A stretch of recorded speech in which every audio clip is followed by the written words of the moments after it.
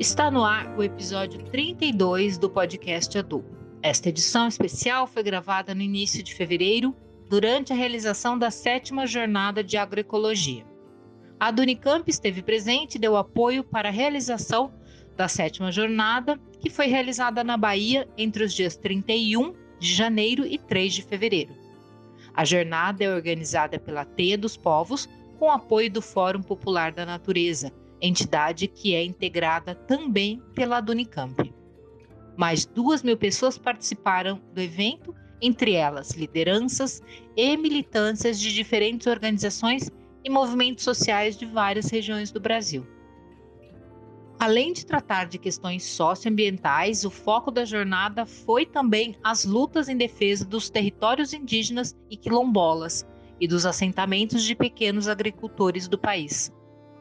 Não por acaso, o encontro ocorreu no quilombo Conceição de Salinas, território de pescadores e pescadoras no município de Salinas da Margarida, às margens da Baía de Todos os Santos. O território tem sido fortemente ameaçado pela especulação imobiliária. A Unicamp foi representada no encontro pela nossa diretora de comunicação, professora Regina Célia da Silva. E durante a jornada gravamos uma série de entrevistas com lideranças ligadas aos movimentos. Neste podcast apresentamos 3 entrevistas com importantes lideranças da Teia dos Povos e do Fórum Popular da Natureza. Eles nos falam sobre a origem e as lutas travadas hoje por esses movimentos. Eu sou Cristina e, juntamente com o jornalista Paulo Samartim, apresentaremos esse episódio. Nosso primeiro entrevistado do podcast de hoje é o geógrafo Henrique Andrade, professor do Instituto Federal da Bahia, em Feira de Santana. Ele falou para nós sobre uma das plenárias mais concorridas da 7ª Jornada, a plenária de apresentação de trabalhos científicos, que foi acompanhada por mais de uma centena de pessoas. O professor Henrique foi o coordenador dessa plenária. Ele destacou a importância da atuação da Teia dos Povos junto às universidades baianas nos últimos 10 anos. Essa atuação, segundo ele, provocou importantes mudanças no enfoque, e nas abordagens da academia sobre os povos originários, quilombolas, as comunidades rurais e populações das periferias urbanas. Nós conversamos com ele em um intervalo durante os trabalhos da plenária. Professor, como começou e como é hoje a relação da Teia dos Povos com as universidades baianas? Assim, a relação da Teia com a academia, eu acho que ela começa quando a Teia começa a questionar as posturas de muitos acadêmicos e das universidades e instituições de ensino no processo de apropriação que se deu em muito tempo, ainda se dá em alguns pontos, de determinadas posturas junto a algumas comunidades. A gente ouve um relato aqui há pouco, na apresentação dos trabalhos, uma crítica de que os pesquisadores vão ao campo, vão às comunidades, coletam tudo, faz sua pesquisa e não retorna para as comunidades. Então a Teia entra nesse processo, num sentido de sensibilização e construção de uma nova leitura que a academia precisa ter. E que também o respeito com as comunidades não é favor, ele é um dever. Então isso é a premissa básica. Ou seja, ele está dizendo que precisa de uma releitura da nossa função social enquanto universidade e um respeito a essas comunidades. Então a Teia se aproxima no sentido de questionar esse status quo, vamos chamar assim, da academia, da universidade, que tem um padrão europeu, que tem um padrão estadunidense, e que às vezes aquela grande estrutura, quando chega na base, você acaba se apropriando mais do que construindo o que tem lá. Então a Teia vem nesse sentido, tanto que a Teia agora tem um debate sobre a Universidade dos Povos. Ou seja, o debate não é infraestrutura, o debate é valorização desses saberes ancestrais, desses saberes populares que estão lá, que vira a ciência e às vezes a comunidade que produz aquela ciência nem sabe, ou seja, está sendo expropriada do seu conhecimento. Entendeu? Então, nesse sentido que a Teia vai se apropriar do sentido crítico desse processo. Perfeito. E a partir desses questionamentos, como que você vê? Houve uma reação do mundo acadêmico? Houve um aumento de olhar para esse lado? Houve, totalmente. A TEA hoje na Bahia está envolvida com quase todas as universidades da Bahia. Você pode citar da UFBA, que é a mais antiga, até as mais recentes, como o FRB, como o Univasf, isso passando pelos institutos federais, o IFP, o IFBaiano, a UESC, as estaduais, a UNEB, o ESB, o UEF. Ou seja, houve um aprimoramento dessa leitura de mundo das universidades, e que também é um processo de formação.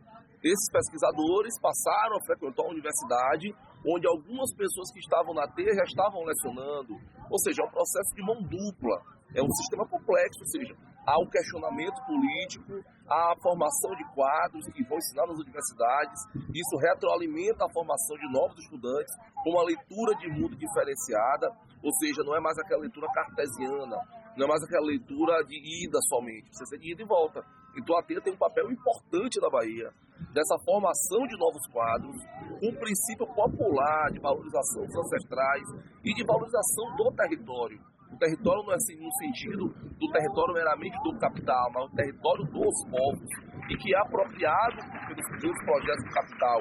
A TEA tem papel central na Bahia, se eu posso dizer, com muita categoria assim, papel central na formação de novos quadros. E isso foi recebido nas universidades com uma nova leitura de projetos de pesquisa, de novos programas de pós-graduação, de projetos de extensão, que não mais vai aplicar na comunidade aquele paradigma da extensão antigo, que você vai lá aplicar. Não mais é isso.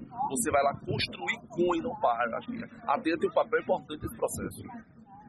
Olha só, e me diz uma coisa, quando que começou, na sua visão, assim, no seu acompanhamento, a sedimentar essa nova relação? Eu me aproximei da TEA mais diretamente por volta de 2014, 2015.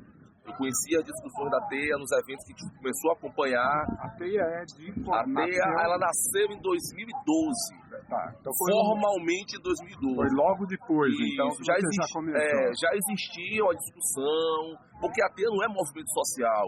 O mestre Joel fala isso, o modelo da TEA é uma articulação de movimentos. É um desenvolvimento, é um espaço que os desenvolvimentos se encontram para, a partir dali, construir luta conjunta. Não mais a luta por A ou por B ou por C, mas A, B e C juntos, numa luta comum. Esse é o paradigma da TEA. E a gente, quanto professor, sedimentarmente falando assim, em 2016, a gente fez um evento em Ceabra, chamado Terceiro Simpósio de Agroecologia da Bahia. Ceabra é? Chapada Diamantina, lá no IFBA de Ceabra. A gente fez esse evento e a primeira ação nossa foi convidar a TEA dos Povos para construir e participar do evento com a gente. Lá nesse evento, a gente recebeu o convite de participar em 2017 da primeira jornada de agroecologia que sai do território de Terra Vista, e foi a Porto Seguro. A gente levou a comitiva de estudantes, mais de 30 estudantes, colegas professores. Lá em 2017, a gente recebe uma missão do mestre Joel, das lideranças, de ajudar a construir a jornada de agroecologia da Chapada, que foi a que aconteceu em 2019. Então, todo esse processo foi passo a passo, um envolvimento mais orgânico junto à TEA. E esse envolvimento, por exemplo, quando a gente vem para cá, a gente não vem sozinho, a gente traz liderança quilombola, a gente colabora com a vinda de estudantes, alguns deles estão ali sentados, que vão apresentar trabalhos daqui a pouco. Ou seja, é um envolvimento que você vai permeando, quebrando certas estruturas, e você consegue articular por dentro das instituições um processo de envolvimento dessas pessoas com o espaço institucional, mas com o espaço de construção de luta junto à TEA. Porque é impressionante a quantidade de trabalhos que foi apresentado aqui num evento singular. Exatamente. São mais de 50 trabalhos que foram apresentados.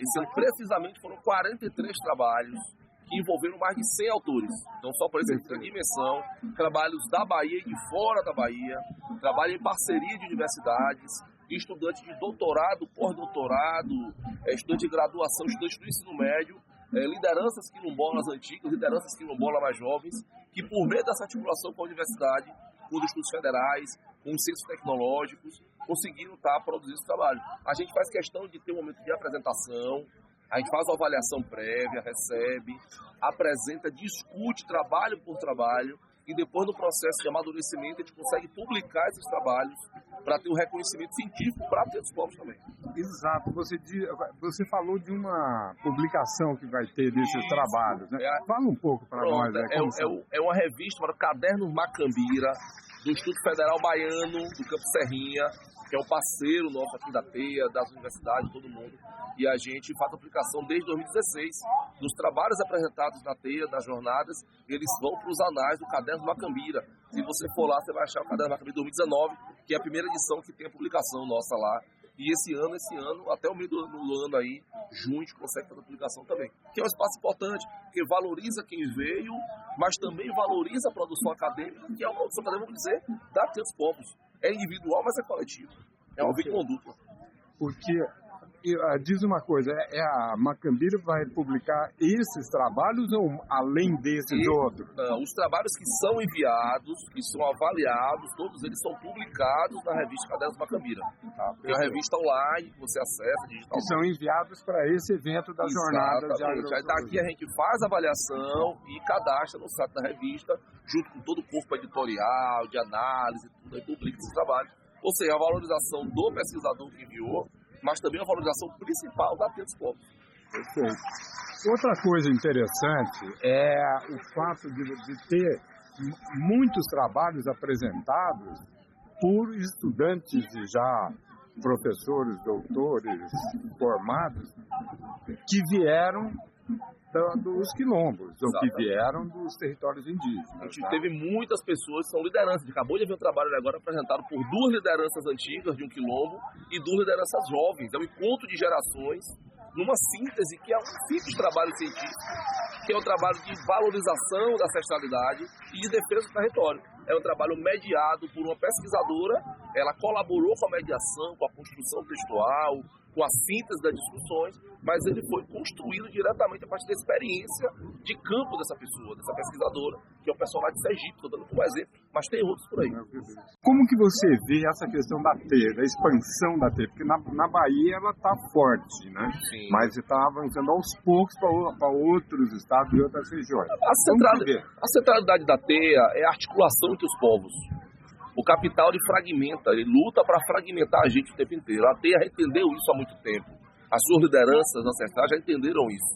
Então a disputa da teia é vamos aglutinar as lutas. Ao invés de lutar esfacelado, a gente luta junto. MST, que é Movimento do Campo, com o MSTB, Movimento da Cidade. O MPA, que é o Movimento do Campo, com os quilombolas que estão em áreas quilombolas, com os indígenas, com os gerazeiros, ou seja, é uma articulação de luta. Na Bahia o processo está consolidado. E a disputa agora é plantar sementes em outros estados. Hoje de manhã, houve, vamos chamar assim, o batizado do elo da nova teia, que é a teia de Sergipe, que surge de uma articulação dos povos na questão do chamado Fórum de Comunidades Tradicionais, que é uma articulação em defesa do seu território. E agora passa a ser também parte da estrutura, vamos chamar assim, da teia dos povos. A ideia não é burocratizar, a ideia é fomentar a luta. O capital está aí para destruir a vida das pessoas. As pessoas têm que entender isso. Quem não entende isso está sendo enganado. A teia vem no sentido de vamos agora disputar esse território, disputar esse conhecimento, disputar essas instituições para construir o chamado bem viver, como está na carta de intenções da teia. Eduardo Zanata é gestor ambiental, integra a Teia dos Povos e também o Fórum Popular da Natureza.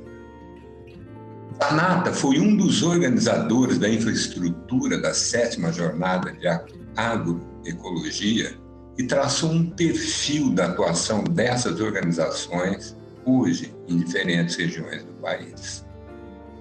Fala um pouco para nós sobre esses 2 movimentos que estão já em fase avançada, no caso da teia, e do fórum, né? O fórum, do qual você faz parte, né?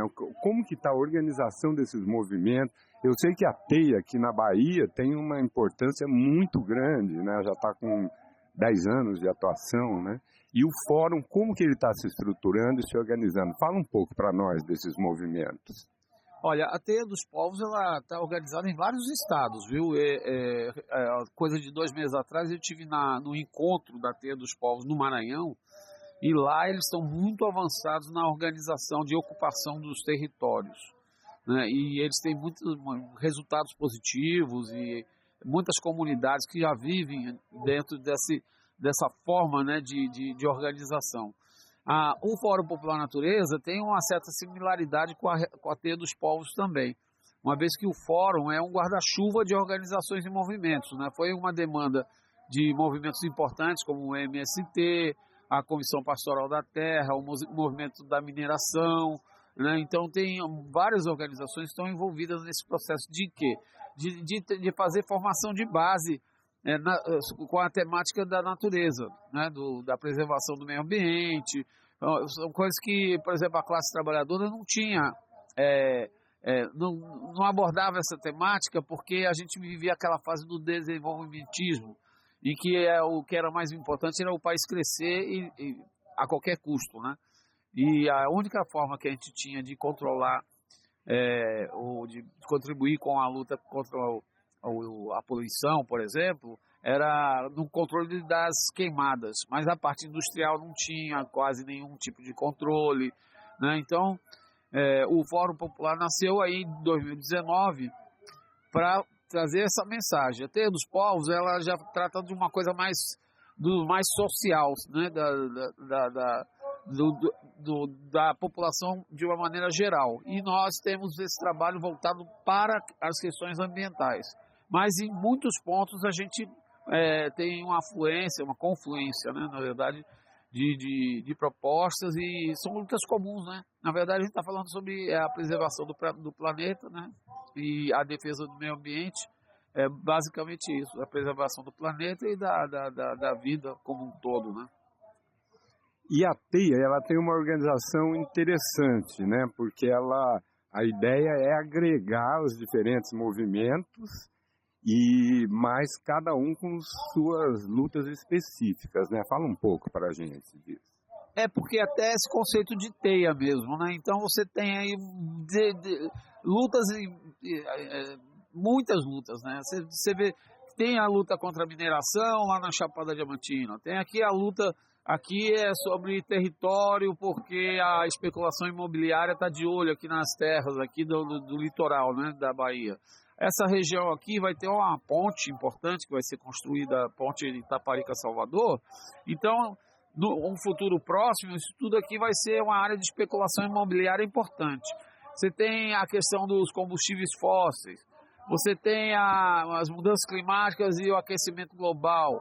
Você tem, são tantas lutas, mas no fundo não é uma luta só, que é essa luta da preservação da vida, né, de um ambiente saudável, até a questão dos agrotóxicos mesmo, dos alimentos, né? A gente fala aqui em agroecologia, mas na verdade é um estilo de vida que a gente está propondo, que não é só sobre agricultura, mas é você ter uma vida saudável e o bem viver.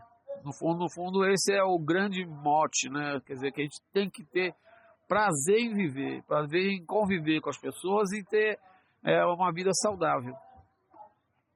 Perfeito. Aliás, aqui, essa região do Quilombo, aqui já tem uma disputa de terra aqui meio complicada, não é? Tem, inclusive apoiado pela prefeitura local. Os relatos que a gente tem é que a gente está tendo a dificuldade aqui de consolidar essa área, porque até os poderes públicos têm interesse também que se torne uma área de especulação imobiliária. Até porque essa parte de impostos, né, de recolhimento de tributos e a valorização do terreno, tudo isso aí está muito ligado a essa indústria imobiliária. E quando se falar, eu vou ceder um terreno para quilombolas ou indígenas, ribeirinhos, seja lá o que for, aí o pessoal, não, isso aí não dá nada. Foi o que o prefeito disse, inclusive, declarou que, na verdade, quilombola dá prejuízo, né? Então, a coisa realmente que a visão hoje dos gestores públicos, na maioria dos casos, é de ganhar dinheiro imediato, né, valorização dessas propriedades, né, e ter uma renda, né, Porque um empreendimento grande como esse vai gerar uma renda, né, eterna, né, de pagamento de imposto, IPTU, sei lá o que for. Então, a visão dessas pessoas é que a gente tem que mudar, porque na medida em que as pessoas saem daqui do território, vão para outros lugares e tudo mais, você cria um espaço que não tem vida, quer dizer, na verdade não tem identidade, né? Então a pessoa vem para um resort aqui, como pode ir para qualquer lugar do mundo. É um hotel igual em qualquer lugar, né? Mas aquelas pessoas que davam identidade ao local, elas foram embora. Ou se tornaram empregados, né? Mas é isso mais ou menos a visão que a gente tem, é de que não existe território sem pessoas. Não existe o ambiental só, é o socioambiental. Então as pessoas são parte importante disso, desse processo de valorização do território. Perfeito. E hoje, como que você vê hoje o fortalecimento dessas lutas por território? Você sente que elas estão fortalecidas porque teve ataques violentíssimos, né, nos últimos 4 anos do governo Bolsonaro? E hoje, como que está a organização e quais são as perspectivas para a gente finalizar? Olha, houve realmente um desmonte aí de tudo, quase tudo, né? E nós tivemos aí alguns momentos difíceis, né? Inclusive a questão da ocupação da terra, com esses movimentos como o MST, o MPA, vários movimentos desses estão aqui, né? Nós aqui também estamos fazendo praticamente uma ocupação. Mas eu acho que com essa mudança de governo, com essa nova perspectiva, o que a gente tem que trabalhar é qual é o tipo de parceria, qual é o tipo de aliança que a gente pode fazer com os poderes públicos, sobretudo o governo federal. Aqui na Bahia nós temos também uma parceria com o governo do estado, né? Tem um certo alinhamento, mas a gente tem muitos problemas na área ambiental. Existem aí empreendimentos que são autorizados pelo poder público, como a mineração mesmo. No caso da Chapada Diamantina, a gente tem lá uma montanha inteira sendo desmontada mesmo, assim, e vai de trem até o porto de Ilhéus, perto de Ilhéus, e depois segue para a China. Então, a montanha da Chapada Diamantina que está sendo transportada para a China. É incrível, de ferro e manganês. Então, os poderes públicos, de alguma maneira, são parceiros nesses empreendimentos, né? Inclusive com dinheiro internacional. Agora, a gente tem se organizado, né, e tem tentado discutir com os poderes públicos qual é o limite dos espaços a serem ocupados, né, e tentado fortalecer essas comunidades de alguma maneira, tanto com formação, né, com formação política, mas também com formação para o trabalho, né, voltado para a produção de alimentos, ou produção de alguma coisa que gere renda para essas pessoas, para elas poderem, inclusive, se valorizar enquanto ser produtivo, né, que está fazendo alguma coisa útil. O líder quilombola, Joelson Ferreira, o mestre Joelson, é um dos principais organizadores da Teia dos Povos e das Jornadas de Agroecologia. Ele falou com a gente sobre o início da Teia dos Povos, das jornadas e dos objetivos e do espírito que norteiam essas organizações. A Teia dos Povos, ela nasce há 10 anos atrás, de uma visão lá da Jornada de Agroecologia do Paraná. Ela nasce com esse intuito de fazer jornada de agroecologia e discutir a agroecologia, que antes o tema era um tema muito novo e não tinha muitos seguidores dessa discussão. Então nós, em 2012, faz a primeira jornada de agroecologia da Bahia, no assentamento Terra Vista. De lá nós já decidimos que não era só uma jornada de agroecologia que nós deveríamos ficar fazendo todo ano. Nós tínhamos que construir uma articulação dos povos.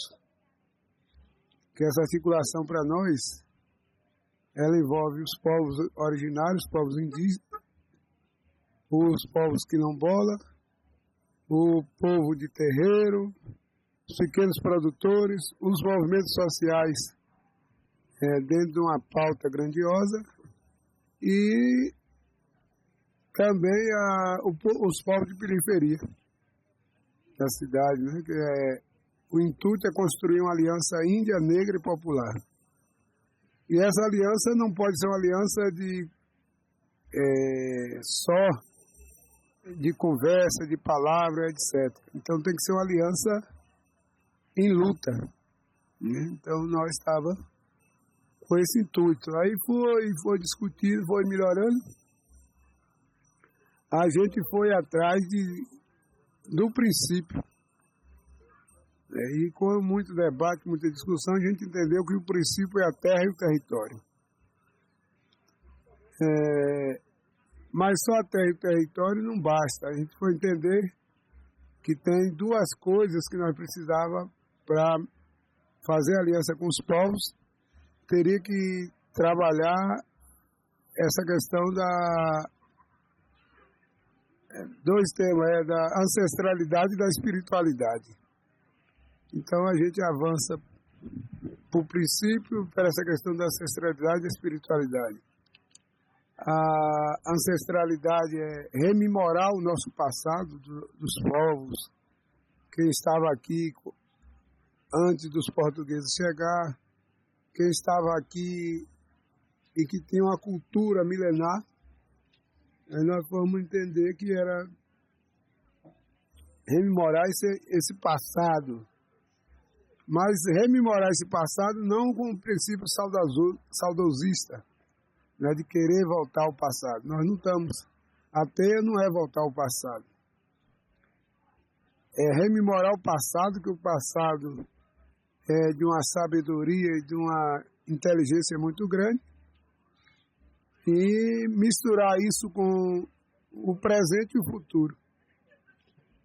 E outra questão, ancestralidade, né? Então, ancestralidade, tem muita gente que pensa que é ancestralidade religiosa. Não, nós não estamos buscando ancestralidade religiosa. Nós estamos buscando ancestralidade que é para evitar um problema tanto do capitalismo como do próprio socialismo real, que é essa questão de focar só na matéria, só no materialismo. Então nós achamos que a vida humana e a vida de outros seres não perpassa só pela questão da matéria. Então tem algo maior aí dentro que nós precisamos. Então nós entendemos a espiritualidade com essa busca do conhecimento tanto individual como a busca das vidas que nós não queremos assumir ela, por exemplo, as formigas, os passarinhos, os fungos, as bactérias, uma série de seres que a gente está aqui até antes de nós, né? A espiritualidade também nos fortalece a mente, o corpo, a alma, que dá força para nós não ficar nessa sociedade imediatista, consumista, e da exploração do homem pelo homem, né? Então, nós acreditamos que a espiritualidade nos dá força para compreender a força do Sol, a força do Universo, a força da Lua, de todos os processos que estão aí, que tem vida, e a Terra também é vida. Então, nós estamos passando a compreender, e isso fortalece essa unidade com os povos originários, que Nego Bispo chama de confluência com os povos. Hoje a teia, ela tem várias ações concretas, né? Você podia falar um pouco para nós dessas ações, como que isso está sendo construído, que nem essa própria jornada de agroecologia da Bahia, né, que já está na 7ª, e outras ações. Eu acompanhei, por exemplo, ontem, o relato dos trabalhos acadêmicos, né? E deu para sentir que a TEIA já tem um papel importante dentro, inclusive, do pensamento das universidades aqui na Bahia. Então, fala um pouco para nós das ações que a TEIA tem fechado aqui na Bahia e pelo resto do Brasil também. Quando a gente partiu, que eu falei dessa questão da terra, do território, da espiritualidade, a gente começa a entender que a fala do poeta, o poeta disse que o real e a fantasia se separam no final. Então a gente passou a entender que o real é importante, é fundamental. Aí, se for falar na linguagem marxista, ele fala muito dessa questão da base econômica, da base. Como consegue isso? Com o trabalho, né? Só cria riqueza com o trabalho humano. Então nós vamos entender que o concreto, a terra é concreta, né? Ir para a terra, inclusive curar a terra, vai precisar de muito trabalho. Se for plantar nossos alimentos, ter a soberania alimentar, precisa de muito trabalho. Se for trabalhar a renda, precisa de mais trabalho ainda. E se vai curar a terra desse desastre que foi feito com a terra, que é o agronegócio, né? Que é essa cultura da destruição, então nós temos que trabalhar dobrado. Então, nesse sentido, nós fomos muito cuidadosos com essa questão do conteúdo e do trabalho, né? Que é a questão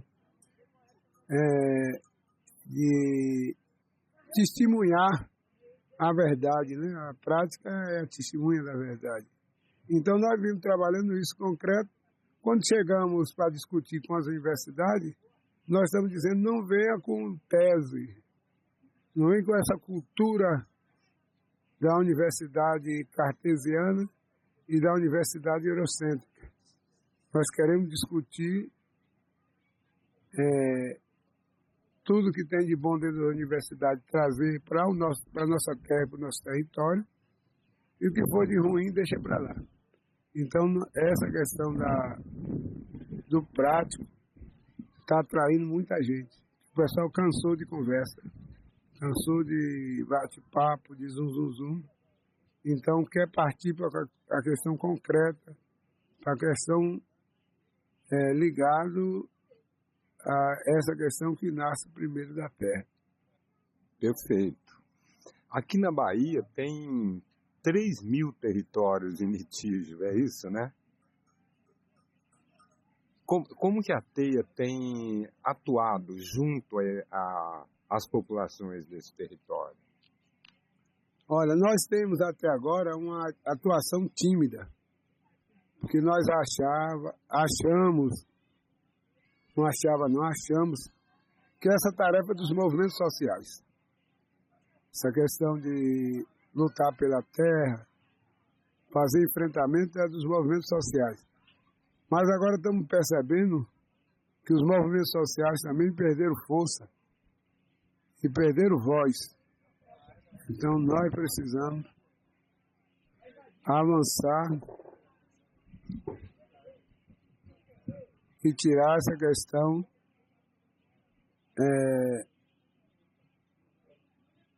da esperança de ficar esperando que os movimentos sociais resolvam esse processo. Então, nós estamos dando um tempo esperando, já tem feito algumas ações concretas de retomada de terra. Nós estamos mais focados na questão da retomada da terra dos povos indígenas, que está em luta. Estamos tentando convencer o movimento negro que sem a retomada da terra não há possibilidade de discutir algumas questões isoladas, como essa questão do racismo, do paternalismo, da questão feminina, né? Então, numa ação isolada não tem como resolver. Então, nós temos que ter uma luta concreta para isso acontecer. Então, nesse sentido, nós estamos desenvolvendo. Provavelmente agora, hoje, nós vamos tomar decisões importantíssimas que vai ajudar nós a resolver isso. Encerramos aqui mais um episódio do podcast ADU. Siga nossas redes sociais, nosso site e fique por dentro dos temas que serão abordados nos próximos episódios. Até lá!